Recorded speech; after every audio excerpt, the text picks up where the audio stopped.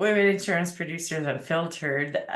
This is Friday, and we're doing a final expense training.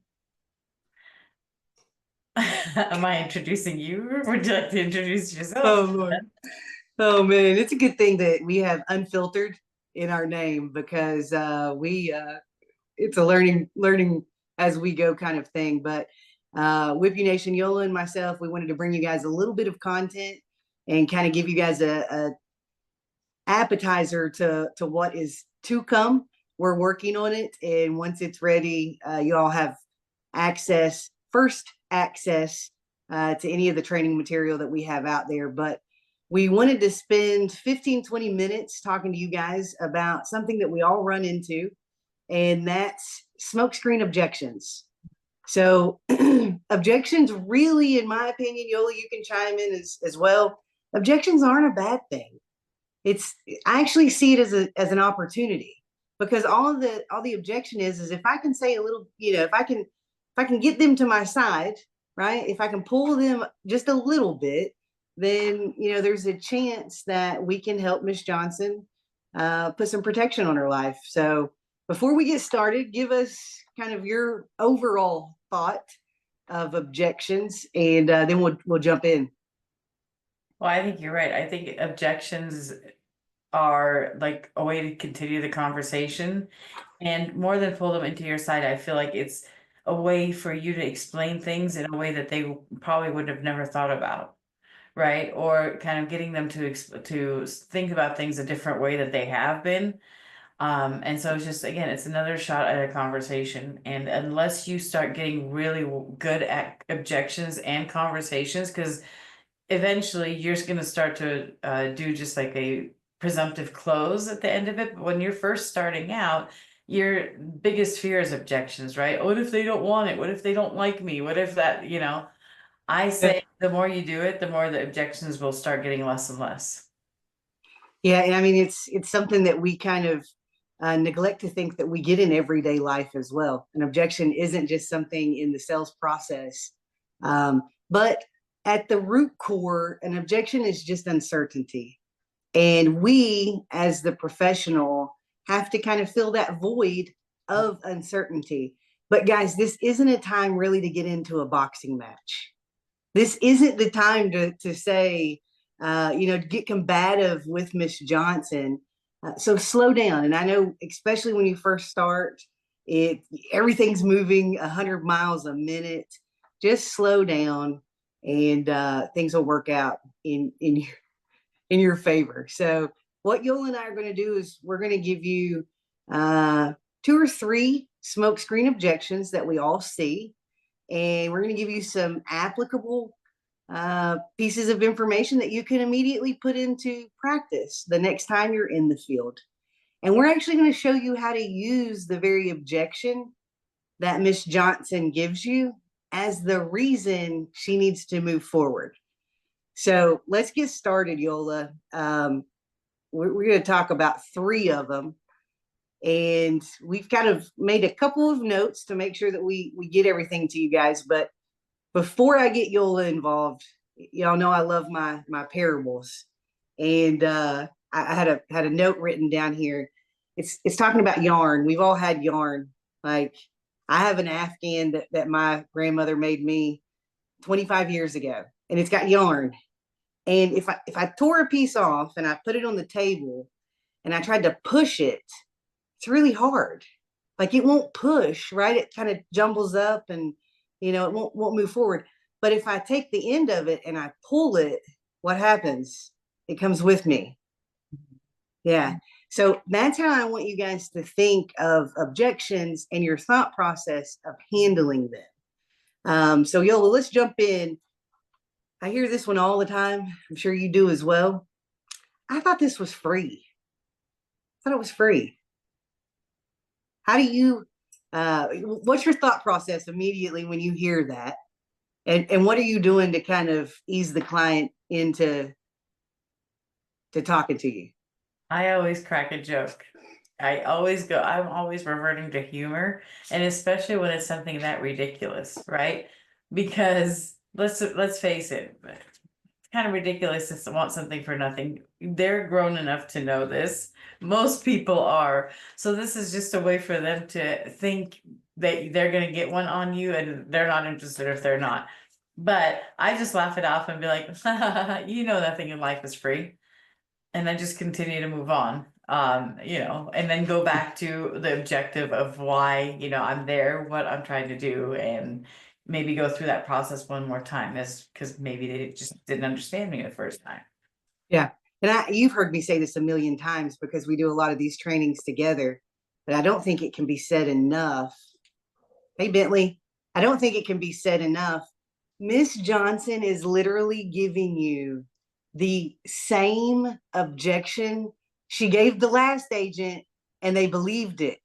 So be a little bit better than that, guys. I say this, Yola, when somebody tells me that they thought it was free. Let me rephrase. I don't say this. I think this. No, your ass didn't. You knew damn well it wasn't for free. So I, kind of handle it this way. If somebody says that, hey, I got you. I completely understand. You thought it was free. Here's the deal. The information is free. What you do with it is completely your call. It's just my job to get the information to you. Okay. Do you want to do this inside or outside? So always make sure that when you answer an objection, that you do go back to what your main intent is, and that's presenting. So do you want to do this inside or outside? Don't just answer them and then be quiet. They're not going to take the bait, right? Mm-hmm. Remember, you're going to pull them where you want them to end up. And Yola, here's the other thing that I think of mentally. And all of this, guys, is really based on your thought process. So if you ride with somebody or you study somebody, don't necessarily hang on everything that they show you to do, but really hang on why they're telling you to do it this way. What is their thought process that led them to that decision? Mm-hmm. Free is the most expensive thing out there. And if you don't believe me, my thought process says, Miss Johnson, and this is don't hear this as a negative. I'm just telling you a thought process. Miss Johnson is on Medicaid, meaning her health insurance is free. It's covered. But what price did she have to pay to get that free insurance? She's living on $1,200 a month. That's expensive, guys.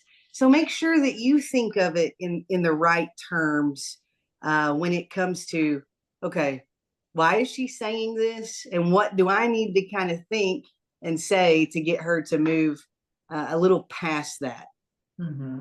Mm-hmm. Anything else on that one that you can think of or that I forgot to say?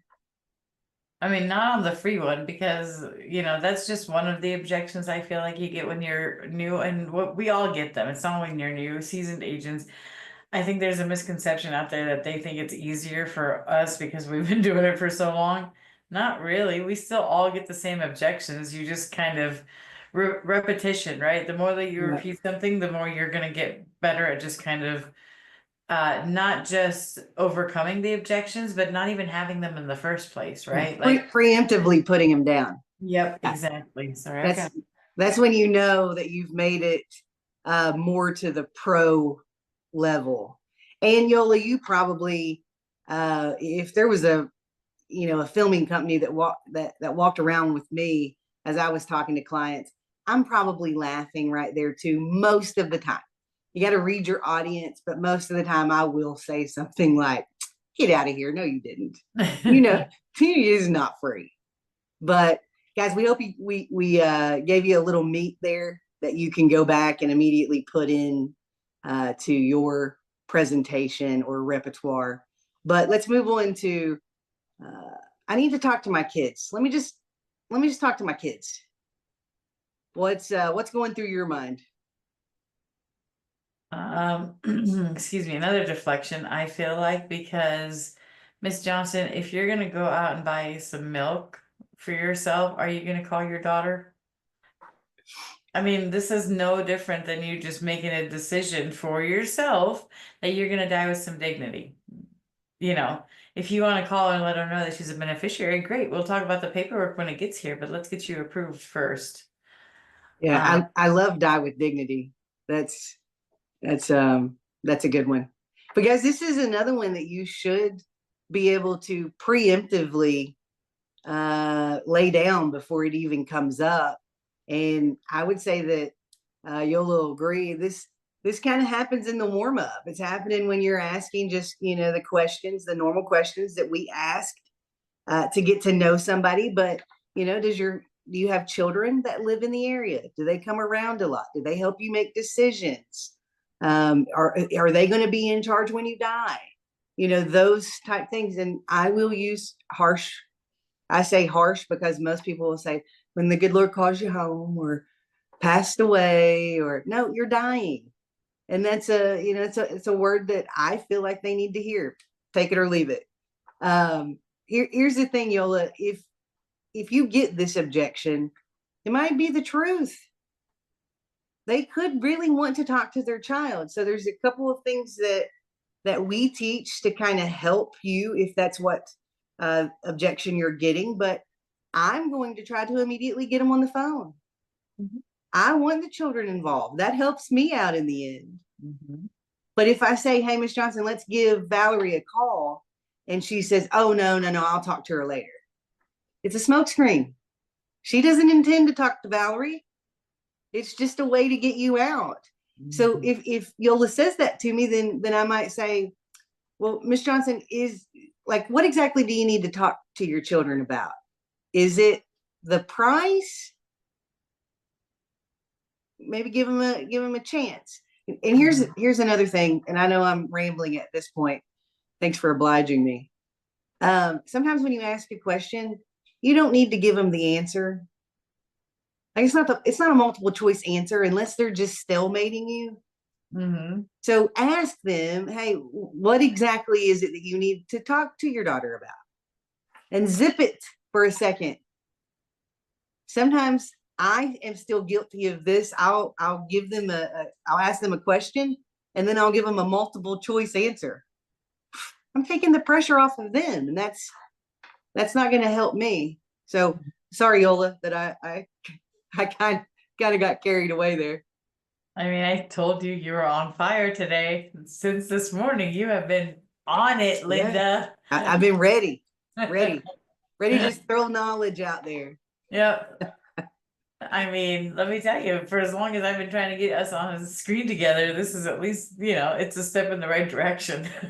Yeah, if you guys are lucky, I'll show you my shirt. Um, you can't see the writing on it, but there's something down here. It might be a message, subliminal message. I'm not for sure, but let's hit one more thing on the talk to kids. There's two thoughts of process or two processes in my thinking that I go through when it comes to this. One of them is depending on the client, and I've read the situation. I might say, Yola, do you think they would say no? Like you kind of, I'm just leveling with them, but you kind of told me that you got two kids and they have children still at home and they have bills, it's getting harder for everybody. Do you think they would be able to or want to, if they had the choice, to pay this bill? And let them answer, right? It's an emotional sell, guys. So don't let them off the hook. Super, super easy. And the other side to that is I use my personal history. I Miss Johnson, I've been in insurance for 9 years now. And I work in the industry. And when my mom wants to talk to me about life insurance, I shush her up. I don't want to think about my mom not being here. So the likelihood that you go to Valerie and she immediately says, no, mom, I'll take care of it. That's a knee jerk reaction because she doesn't want to think about you not being here. And in that case, we need to think about it and let's get Let's get to it today. So don't be scared to have those conversations, Yola. Mhm. The other thing is, like I said, if they want their kids involved, by all means, like we are not doing anything that is under the table or what, like Right, maybe or anything. Of course, like this is their benefit. Of course, we want them involved. Of course, they need to find out what to do when something happens. And of course, they need to know your agent. So don't deny them that opportunity of actually sitting down with the whole family because they might have concerns too. And it can lead to bigger conversations like, what about you? Do you have any coverage if anything happens? right. Like there's a family behind you as well. Everybody that is an adult and has any type of responsibility needs life insurance. Like I don't think that what we sell has an age limit just because it's going to be a guaranteed claim. We don't know when it's going to happen. So, Yeah. and we see it every day. Yeah. And here's the truth. There's really only three times that people buy life insurance. It's when somebody close to them passes away, when they or someone close to them gets a bad doctor's report, or when somebody like you and I show up and have the conversation with them. So don't block your own blessing and somebody else's blessing by being nervous about talking to a child. First of all, I want to know up front that this is good business that I'm placing and it isn't going to charge back because I tried to circumvent talking to a child. I'd rather them say no to me than me write the policy and then it get canceled because I was scared to talk to them. So hope that helps on that one. Anything else? Not on the objection because, we're almost at the time that we said we were going to do for recording. We shouldn't But have put three of these in here. we What do you did. want to do? You want to hit the next one? Sure, let's do it. Let's just continue to do the video, and I'm sure there's ways for us to. So we'll just hit this first part and then we'll come back for the other two, Okay. which was what we were going to do anyway. So I don't even know why you're being mean to me. Now's not a good time. Yola, now's not a good time. Come back. Is this another objection? Oh, okay. Yes. Oh, I am sorry. I'm not trying to interrupt, but I don't ever ask for when can I come back. This is only going to take me 5 minutes because guess what? I mean, it's never a good time, right? Like I'm on my way to see another family myself. I just need 5 minutes of your time. It's usually but I honestly don't get that objection. That's why it kind of took me aback. I don't get people that tell me that now is not a good time. Well, I mean, maybe because you're better looking than most. I don't know. When you Oh, when you're wow. relying on your personality like I do, you got to work a little bit harder. No, but But I think it's because we're in a market that we have to understand that these people have already reduced their life. You and I are at like 80, 90% of our capacity right now with running business and doing this and that. Theirs have slowed down significantly. So if Miss Johnson thinks it's not a good time because Oprah's on, it's one thing, but if she thinks that it's not a good time, I would watch with her. exactly. Her cat's dying, then it's another. But they're not really in a rush for doing anything, so I don't know. Yeah. Unless I they're out the say, door, like unless I'm catching them right out the door, and then I'm usually like kind of trying to book when I can come back, but I don't. yeah, you hit what I was getting ready to say. I mean, read the situation. Mhm. If she's dressed and has her keys in hand, walking towards the door, okay, I can assume that she really was on her way out. But if she's in her robe and shower cap, she's not on her way out. And here's the big one on this that I think that we need to realize as agents is, guys, if she's busier than you are, you're in trouble. She's 70 years old. She's retired. She's not working. She might be watching grandkids. But if she's busier than you are, how busy are you? Mhm. So There's a here's problem there. yeah, here's the easy way that I handle this one. And it's worked because it's giving them what they want. But I'll say, hey, look, I understand I'm really busy too. Do me this favor. I'm already here. Give me 5 minutes and let me see if there's even a need for me to come back. Miss Johnson is like, all she heard is 5 minutes and I'm leaving. That's all she wants. Mhm. But it at least gets me in the door, and I'm able to determine if there's something here or not. And then most of the time, guys, everything falls into line and you end up writing the business at that time and not having to come back anyway. So Mhm. that's a pretty easy one for me. Yola, anything else on that one? No, I mean, like I said, it's not an objection I get often, and most of the time I run appointments, so people are expecting me to be there anyway. Sometimes I'm a little late, but I'm usually there. Yeah.